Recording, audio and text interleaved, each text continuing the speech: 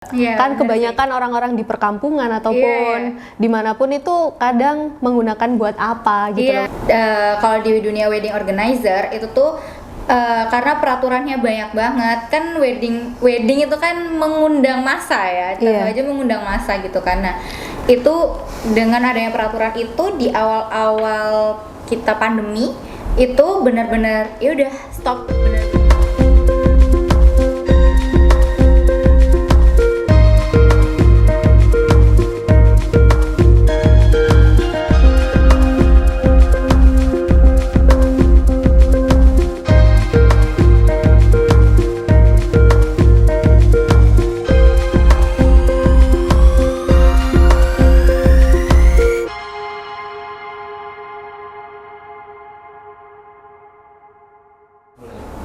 Assalamualaikum warahmatullahi wabarakatuh. Salam sehat dan sukses untuk kita semua.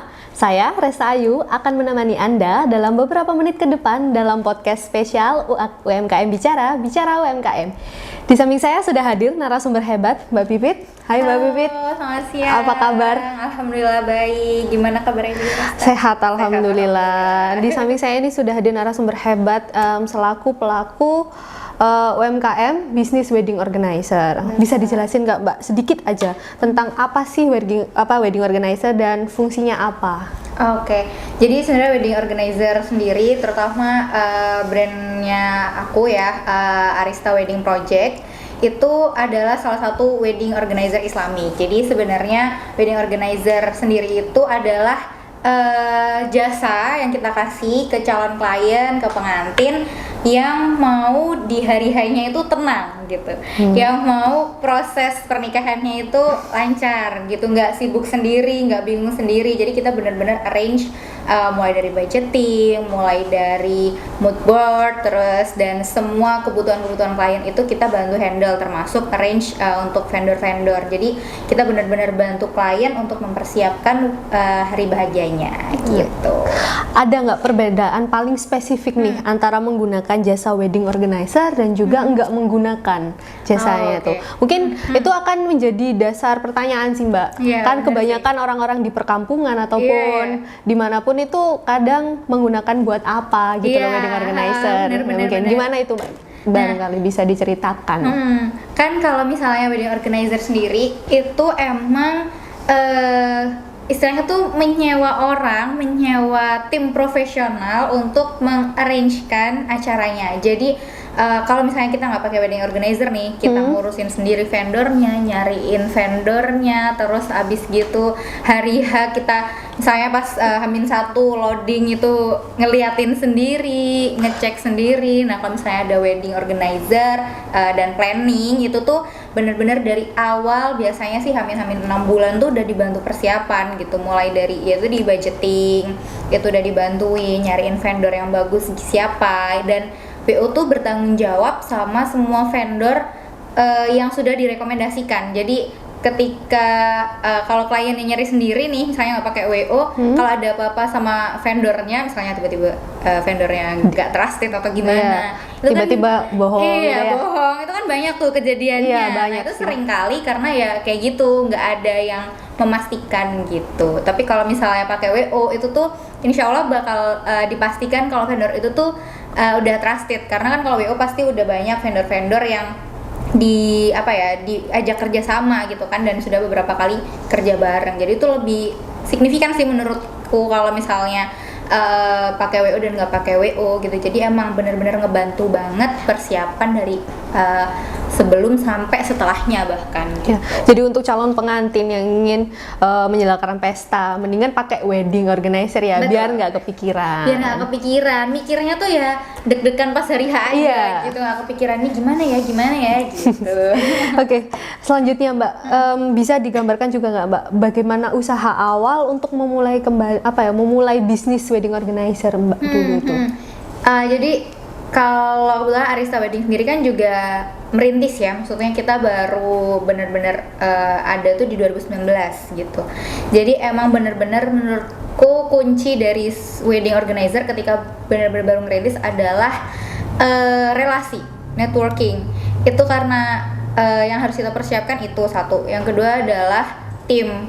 Jadi karena basicnya jasa dan mengerahkan banyak orang kan gitu, jadi yang benar-benar dibutuhin adalah tim yang profesional gitu, yang benar-benar tahu event tuh gimana sih, wedding itu gimana sih gitu. Jadi itu sih 2 poin utama yang waktu itu jadi kunci mulainya Arista Wedding Project ini berjalan gitu. Jadi benar-benar nyiapin SDM-nya juga gitu. Relasi sendiri nih Mbak, gimana Mbak awalnya Mbak ini buat, apakah langsung mencari teman atau mencari vendor-vendor secara langsung, itu gimana Mbak? Nah kalau ini sih kita awal itu benar-benar misalkan ya ada klien ini klien pertama kita siapa sih, teman sendiri atau saudara sendiri mungkin. Nah dari situ kan pasti kita bantuin tuh nyari vendor yang kira-kira bagus siapa, karena kalau misalkan teman sendiri atau saudara sendiri pasti kita kan maunya memberikan yang terbaik kan, apalagi itu benar-benar klien pertama gitu. Nah itu yang pertama kita lakukan, itu kita benar-benar nyariin vendor yang bagus, yang sesuai budget, tapi emang udah trusted gitu. Dan itu kan kelihatan ya sebenarnya kalau vendor-vendor trusted tuh kelihatan gitu. Jadi dari situ mulailah kita kenal 1 vendor, 2 vendor, terus mulai ngumpulin database vendor-vendor yang lain tuh kayak gimana, siapa aja kayak gitu sih. Dan dari situ akhirnya word of mouth nih dari klien sebelumnya juga, terus dari vendor yang sebelumnya pernah kita pakai, itu akhirnya kita dapat tambahan network, dapat relasi baru, dapat klien baru dari hal-hal kayak gitu sih. Oke. Nah itu kan pasti sebelum pandemi ya Mbak ya. Kalau kan lebih gampang istilahnya. Kalau setelah ada pandemi ini kan ada kebijakan pemerintah yang melarang adanya pesta pernikahan, itu benar-benar dilarang. Sekolah pun nggak boleh, perkantoran cuma masuk beberapa persen aja. Itu menurut Mbak selaku bisnis wedding organizer yang Mbak hadapi itu apa aja sih saat itu mulai awalnya pandemi? Jadi itu sebenarnya dialami sama menurutku semua yang berhubungan sama industri kreatif ya, nggak cuma wedding organizer aja. Cuman kalau di dunia wedding organizer itu tuh karena peraturannya banyak banget kan, wedding itu kan mengundang massa ya, aja mengundang massa gitu kan. Nah itu dengan adanya peraturan itu di awal-awal kita pandemi itu benar-benar ya udah stop, benar-benar kayak terjun payung gitu. Dan menurutku itu untuk semua vendor wedding sih, nggak cuman wedding organizer aja, itu benar-benar kita stop sampai di bulan apa ya waktu itu kalau nggak salah Juli ya kayaknya. Bulan-bulan Juli itu udah mulai dibuka lagi, akad udah mulai boleh meskipun dengan tamu yang terbatas kayak gitu. Nah jadinya kita juga harus menyesuaikan dong dengan peraturan pemerintah gitu. Kita mulai merubah servis yang kita kasih, jadi nggak cuman sekedar ngasih jasa untuk hari wedding, tapi kita juga mempersiapkan kebutuhan protokol, ngasih suggestion gitu ke klien, kira-kira kalau tamu sekian udah boleh apa belum, terus memang ngikuti peraturan pemerintah supaya tetap bisa jalan gitu. Jadi kalau misalnya kita ngotot nih maunya prasmanan aja, nggak bisa dong, pasti nggak bakal bisa jalan. Akhirnya ya kita ngasih suggestion ke klien kalau misalkan harus take away gitu. Ya ada juga beberapa klien yang ntar aja deh Mbak, mundur dulu acaranya itu. Ya kan, mundur momok dulu yang acaranya. menakutkan ya itu itu sebenarnya kayak mundur ya Mbak. Oke, baiklah, karena mereka maunya benar-benar nunggu bisa prasmanan gitu, pengen ngundang banyak orang gitu. Tapi ya karena kan balik lagi itu kita hak-nya klien juga untuk tetap kita layanin kan. Jadi selama itu nggak nambah cost kita, jadi ya fine aja sih gitu. Kalau misalnya mereka mundur selama jadwalnya nggak nabrak sama yang lain gitu. Itu pasti udah era new normal kan Mbak ya, karena memang sudah dilonggarkan peraturan pemerintah. Betul. Dan itu menurut Mbak kebijakannya itu menguntungkan nggak? At some point sebenarnya iya dan tidak, jadi 50-50 sih sebenarnya. Ada yang menguntungkan, ada yang enggak. Soalnya jujur aja kalau misalnya harus misalnya ada ini ya, kita harus pakai sebelumnya tuh harus swab antigen kayak gitu. Itu kan kita perlu mengedukasi klien kalau itu tuh ya penting gitu buat klien dan buat WO sebagai penyelenggaranya gitu. Jadi hal-hal yang kayak gitu tuh yang kadang agak sulit kami mengedukasi klien untuk mengikuti peraturan pemerintah gitu. Jadi otomatis sebenarnya kalau secara cost sebenarnya pasti lebih besar. Sedangkan klien yang udah dealing nih sebelum pandemi itu kan nggak mau tuh pasti kalau disuruh nambah seringkali, ya kan? Karena sudah perjanjian awal ya. Udah perjanjian awal, jadi itu sebenarnya itu adalah part yang merugikan. Menguntungkannya adalah karena kalau misalnya sekarang take away itu tuh acaranya juga bakal lebih cepat gitu. Terus mungkin kita malah lebih bisa apa ya menggali gini sih, menggali kreativitasnya teman-teman sendiri gimana bikin acara itu tuh supaya tetap lebih intimate dan aman. Betul gitu, aman sesuai protokol gitu. Nah, untuk teman-teman yang ingin menyewa jasa wedding organizer, Mbak, untuk seluruh ya, Mbak ya. Biasanya konsep apa yang dianjurkan ketika emang pesta pernikahan ini diadakan di era new normal? Oke, kalau sekarang untuk saat ini di Arista Wedding Project itu kan kita selalu bikinin, tadi aku sempat sebutin mood board ya. Jadi di mood board itu kita benar-benar kasih beberapa pilihan, dan yang sering kita kasih saran ke klien adalah tetap intimate wedding, tapi di dalamnya itu misalkan take away ya. Misalkan klien masih banyak yang mau take away karena ngikutin pemerintah juga harus take away. Itu kita kemas acaranya gimana caranya supaya meskipun take away itu tamunya tetap stay gitu. Jadi tetap di dalam situ, tetap ngikutin acara, tapi malah jatuhnya malah lebih dapat engagementnya antara pengantin dan juga tamunya. Jadi itu yang sering kita ini sih kasih suggestion ke klien itu adalah yaitu intimate wedding. Terus biasanya lebih banyak kayak ada gamesnya, terus misalkan ada surprise kecil entah dari teman-temannya, dari keluarganya, atau bahkan dari pengantinnya sendiri buat keluarganya dari jauh gitu. Nah itu supaya mempertahankan tamu tetap di dalam walaupun acaranya take away, nggak prasmanan gitu. Jadi tetap vibe-nya itu pesta pernikahan. Betul, meskipun take away. Kadang tuh ada klien yang takut ntar tamuku cepet pulang gimana dong gitu kan, karena take away. Iya, terusir karena ayo cepet take away. Karena dia merasa emang kebiasaannya itu kan langsung makan terus diam dulu ngobrol. Adanya dengan peraturan ini akhirnya langsung pulang karena di take away itu tadi. Iya, betul.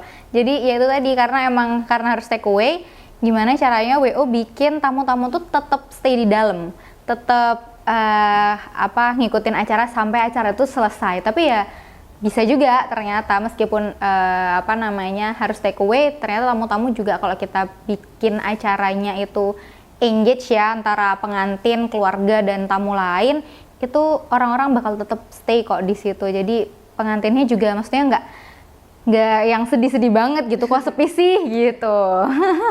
Oke. Mbak, pertanyaan terakhir ya Mbak ya. Hambatan apa sih yang paling sering Mbak dapetin ketika ngadain pesta pernikahan ini dengan menggunakan jasa wedding organizer, tentunya saat masa-masa new normal? Kalau kendala sih kita lebih sering ini kayak sama hotel ya, misalnya sama venue itu tuh kita harus benar-benar memastikan kalau venue itu mereka udah dapat izin, udah punya izin dari Satgas, udah punya izin dari kepolisian gitu. Karena ada beberapa mungkin yang meminta untuk klien yang ngurus sendiri. Nah itu PR banget gitu kan, harus ngurus ke Polres. Apalagi kalau misalnya kliennya di rumah gitu ya acaranya, itu tuh PR banget sih buat kita supaya gimana menjaga agar orang-orang itu tetap ngikutin protokol. Apalagi kalau misalnya kondisinya acaranya di rumah itu kan susah ya, agak susah ngingetinnya, tamunya juga baginya gimana gitu. Nah ya kan lebih sulit, bener. Kalau misalnya di venue itu kan udah ada orang hotel yang bantu juga. Kalau misalnya di rumah itu sih tantangannya gitu. Jadi tantangannya kalau di rumah itu benar-benar harus izinnya harus dapet, terus mengingatkan orang-orang untuk tetap jaga protokol, itu harus ada tim sendiri gitu. Itu tantangannya WO kalau selama pandemi ini gitu. Ada lagi Mbak kira-kira mungkin harapan kedepannya bagi bisnis wedding organizer?